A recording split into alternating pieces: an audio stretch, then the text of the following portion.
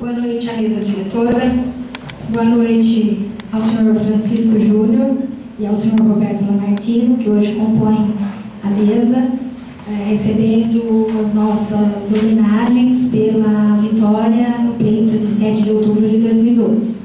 Cumprimento aos vereadores, meus pares, dessa legislatura de 2008 a 2012. Cumprimento ao público presente, parabenizando os vereadores eleitos que estão presentes na casa e todos os que não estão, e os vereadores da casa que também se reelegeram. Em primeiro lugar, eu quero que se fique registrado na ata, quero solicitar à mesa diretora que seja apresentada uma moção de louvor aos membros eleitos para a próxima legislatura. E quero solicitar também da presidência que se marque uma reunião agora, ainda neste mês, com os vereadores eleitos, para que a gente possa, da melhor forma, socializar o máximo que a gente puder com os senhores, e que nessa reunião ou anterior a ela seja entregue a cada um com o convite um CD constando o regimento interno, porque quando eles vierem para a reunião, eles já devem ter lido o regimento, e aí facilita que se tire as dúvidas. Então, na casa tem um regimento, todo o procedimento que se ocorre na sessão atende este regimento. Para o vereador ser cassado ou não, ele vai passar pelo dispositivo do regimento.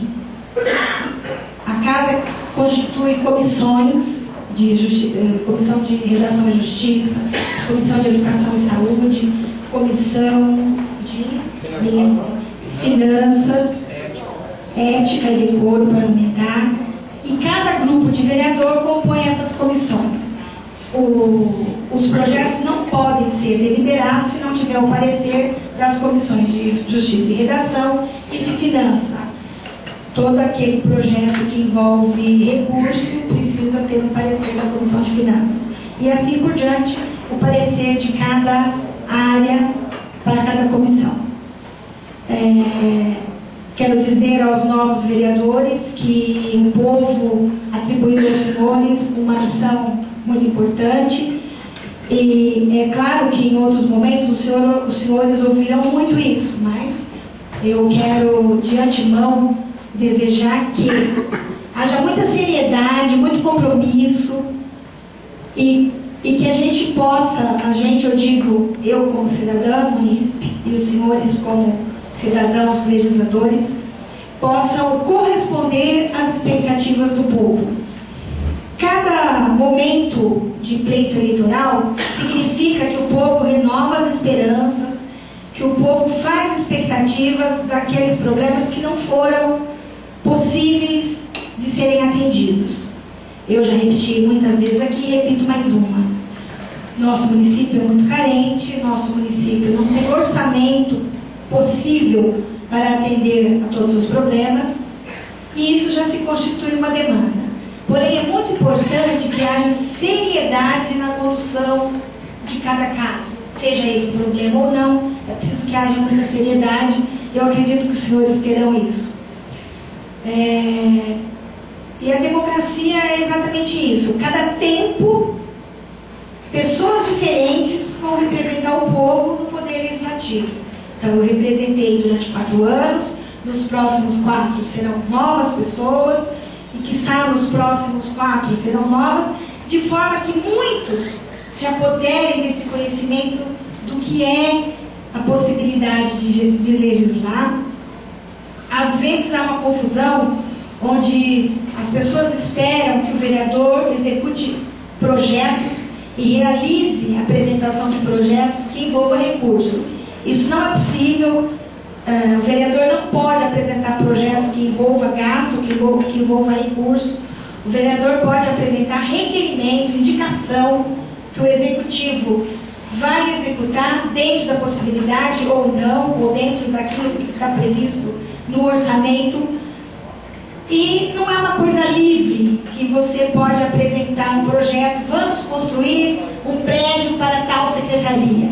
Então, nós temos essa limitação. Porém, o trabalho do vereador é muito amplo e muito sério quando ele aprova ou desaprova uma medida que vai, de alguma forma, beneficiar o município ou prejudicar o município a curto, a médio e a longo prazo. Para não ocorrer que a cada semestre tenha que se revogar leis que já foram aprovadas. Então, é muito importante que haja esse estudo, esse pensamento sério com relação à legislação. Eu acredito que todos os senhores terão. Alguns membros da casa estão retornando, o vereador Jucinei, o vereador Dimas, o vereador Durvalino. Eu acredito que os novos serão recebidos de braços abertos. E essa facilitação que eu estou solicitando da casa para os novos é um processo importante, porque quando nós entramos em 2008, entramos num processo truncado de não ter acesso às coisas, de briga, de dificultar o acesso de alguns, a maioria tinha privilégio, a minoria não tinha acesso a nada. Então eu espero que isso até dezembro seja diluído, que aquela contenda da campanha, a campanha acaba no dia. Se a gente ficar aqui 4 anos brigando como se estivesse no palanque, o município não caminha, o município não vai crescer. Então, a campanha acabou dia 7 de outubro, agora é um novo movimento. E eu parabenizo a presidência da Câmara por ter convidado os eleitos, prefeito e vice-prefeito, para estarem aqui hoje, e convido os vereadores eleitos para que estejam todos na próxima sessão, com certeza a Câmara vai convidá-los, para que a gente estreite essa convivência, porque isso só vai ser bom para o município. Cada vez que o grupo de vereador briga entre ele, quem está tomando prejuízo é o povo. Não é a pessoa que está na demanda da contenda, não é. Quem está tomando prejuízo é o povo. Porque quando um está favorável a uma ideia, o outro está desfavorável, quem está perdendo de alguma forma é o município, é a população. Então, desejo aos senhores um bom mandato com ações produtivas para que o nosso município possa caminhar. Agradeço também a presença do vereador José Carlos, ex-vereador José Carlos, que está aqui presente, Jair Pinassi, que então vieram aqui na casa e que a casa se sente honrada quando as pessoas retornam para visitá-la. A gente teve sérios problemas neste mandato legislativo, porque os 2 primeiros anos da presidência foram de perseguições.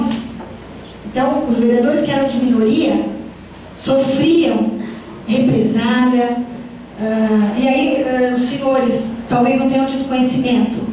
Foi proposto pela presidência do ano de 2009 e 2010 uma cassação para a vereadora Ana Salete. Simplesmente porque a vereadora pegou o microfone e disse: o senhor fale somente a verdade. E aí foi tomado como um desacato, como uma falta de decoro. Depois eu arrumei um advogado e a gente fez a lei ser cumprida. Então, só para os senhores perceberem que a nuance, a pintura da tela que se apresenta, muitas vezes não é a tela que está sendo pintada por dentro. Imagine se tem alguém aqui, aí passou o seu tempo, você não pode falar mais. E a pessoa está falando aqui, apontando com o dedo assim, e eu simplesmente me manifestei: o senhor fale somente a verdade. E por essa fala, eu seria caçada na visão daquela pessoa que estava falando. Então é muito importante que nós, enquanto vereadores, enquanto representantes do povo, nos sintamos igual ao povo. E não pensemos que isso aqui é poder. Porque não é poder. O poder quem dá é o povo e quem tira é o povo. E a gente percebeu que nessa nossa legislatura dos 4 anos, houve muita confusão da pessoa que pensou que o poder que ela tinha era eterno, e aí meteu os pés pelas mãos. O trabalho da presidência, da mesa diretora, é um trabalho muito sério, que vai ser fiscalizado tanto quanto o vereador fiscaliza o legislativo. Então, vai fiscalizar as contas da casa, vai fiscalizar, vai entregar para o Tribunal de Contas, como nós fizemos, entregamos para o Ministério Público, toda a prestação de conta que houve em 2009, 2010, entregamos no Tribunal de Contas, compra de água, que no ano custava 1,70, no ano seguinte custava 70 centavos. Gasto de açúcar em meses de férias, que era igual aos meses que não eram férias. Então, assim, o legislativo é um espaço, é um órgão que precisa ser fiscalizado tanto quanto o executivo. E as contendas que a gente teve aqui foi porque a gente quis fiscalizar, a gente quis exigir, cumprir o nosso dever, que é fiscalizar, tanto aqui como lá. E aí o que acontecia? Aquele que apresentava o requerimento solicitando a cópia do documento era perseguido acirradamente, ao ponto de propor cassação, de gerar de falta de decoro, de cortar tempo de fala e outras coisas mais. Então, assim, eu quero falar disso agora porque os senhores, eu espero que os senhores não passem por isso, espero que os vereadores que estavam aqui também, a todo custo, evitem essas situações. São situações desagradáveis. Como é que a gente entende? Pessoa eleita pelo povo para exercer a função de legislador, de fiscalizador, e não pode ser fiscalizado. Então a mesa diretora, ela faz as contas, então a gente fala, a Câmara é autônoma, a Câmara tem um gasto próprio, só que cada coisa que for gasto vai ser prestada conta. O presidente tem que prestar conta do carro, das partes diárias, de quanto aquele carro foi usado. Então, durante o período eleitoral, se o presidente da casa cedeu o carro e agora, quando a gente pedir as partes diárias, tiver excessiva, ele vai responder por isso. Se houver algum dano para os carros que são novos, também pode responder por isso. E assim por diante. Então, o mesmo jeito que se fiscaliza lá em cima, deve se fiscalizar aqui. Tudo que é recurso público é público, não é particular. Se é público, tem a lei de responsabilidade fiscal, tem as formas dos gastos, e a Câmara é um órgão que não pode prestar serviço que apresente custo. Por exemplo, agendamento dos carros para levar as pessoas para os hospitais. É uma necessidade? Todo mundo precisa, mas é irregular.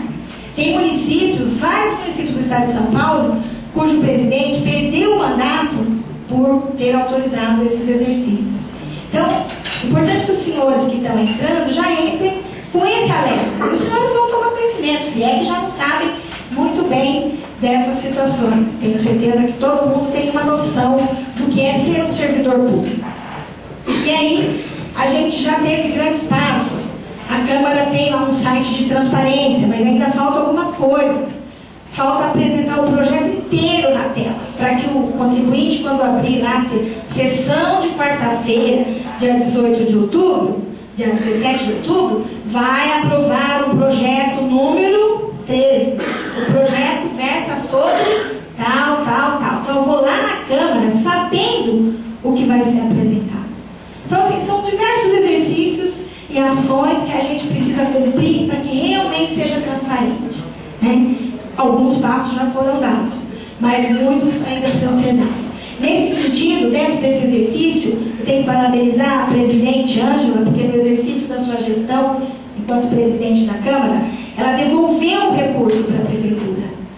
Saneou as contas e devolveu o recurso. Isso é muito importante. É diferente da primeira presidência, não estou falando dessa presidência, não vamos misturar. A primeira presidência havia gasto de contratação de táxi toda semana para São Paulo, ou pelo menos muitas semanas. E as justificativas, até com o nome de alguns vereadores que nunca utilizaram aqueles táxis. Então isso foi entregue no Tribunal de Contas, isso foi entregue no Ministério Público, isso se transformou em processo e está rolando lá. Então, essas são as partes do que ocorreu mais ou menos. Provavelmente os senhores tomarão conhecimento de tudo.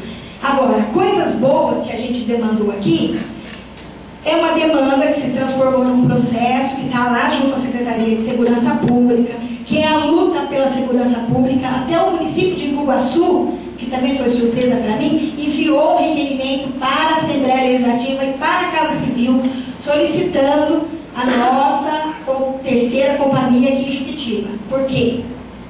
Talvez muitos já estão enjoados de me ouvir falar disso, mas é uma demanda importante. Juquitiba tem um pelotão. O nosso comando, a nossa companhia, está instalada em Iguaçu. Então, a primeira companhia está em Itapecerica da Serra, da Polícia Militar. A segunda está em Iguaçu. E nós pertencemos à corporação de Iguaçu. Então, quando há um problema, é óbvio que uma medida de emergência se desloca em Itapecerica. Mas o comando é de Iguaçu, que está distante de nós a mais de 70 quilômetros. Se for tomar a estrada interna, dá menos, mas quem é que vem por aquele labirinto? Então, essa divisão da Secretaria de Segurança Pública, que faz a divisão de onde serão os comandos, ela tem mais de 50 anos de existência. Então, olha como a nossa região mudou. A BR duplicou, o rodoanel foi construído, a periferia de São Paulo chegou em Juquitiba. Quando a gente ia votar nas eleições passadas, nem digo na passada, a gente conhecia todas as caras. Eu que trabalhei em escola o tempo todo, mas conhecia a moçada toda. Hoje, é todo mundo muito diferente. Claro, a gente ainda conhece muita gente, mas muita gente desconhecida. Não estou querendo dizer com isso que são esses desconhecidos que causam a insegurança. Estou dizendo a mudança que teve na região. Então, a periferia se expandiu, o shopping foi construído ali, muitas moradias foram tiradas e as pessoas tiveram que achar algum lugar para morar. Com isso, nós temos problemas com a expansão e também essa questão da expansão do crime na cidade grande, a questão também que é o mal do século, que é a utilização da droga indiscriminadamente por pessoas novas, pessoas mais velhas, pessoas casadas, pessoas que são pais de família. A gente sabe que a droga é o mal do século. Então, com esses componentes que eu estou colocando, Juquitiba mudou a realidade. Então, essa situação de ter uma delegacia que não tem plantão, se ocorre alguma coisa no fim de semana, você tem que ir para Itapecerica e passar lá horas e horas esperando para fazer o BO. Ou então você deixa para fazer na segunda, na terça e fica lá esperando do mesmo jeito. O volume é grande.